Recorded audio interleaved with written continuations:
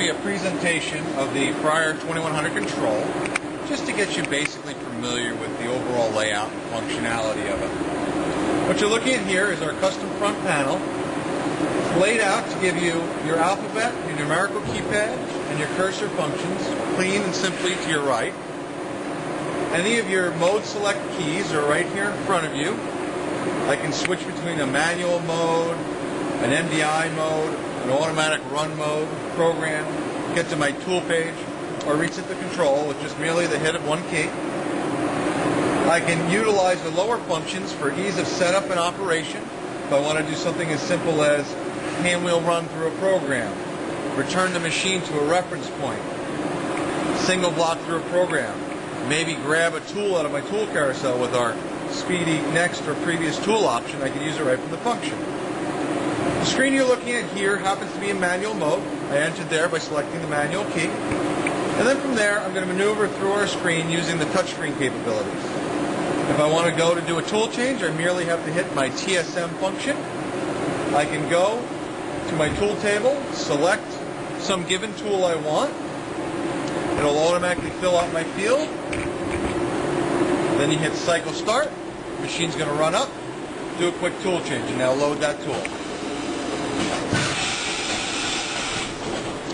From there, if I wanted to turn my spindle on, I merely have to come down to the spindle function, give it some RPM I want to run, tell it a direction, then hit cycle start.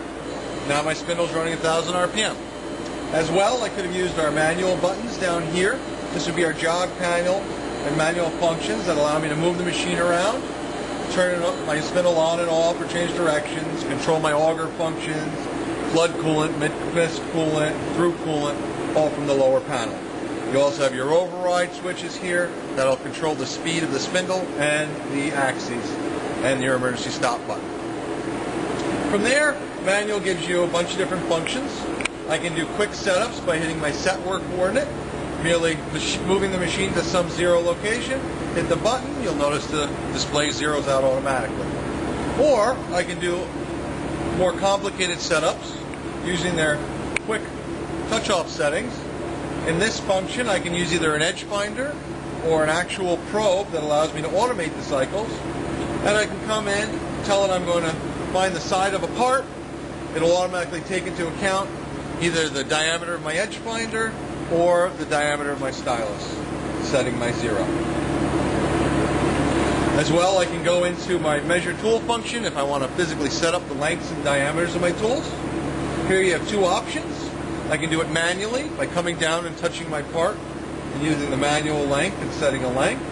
Or I can use an auto function which will automatically come down to a tool presetter and touch my tools off.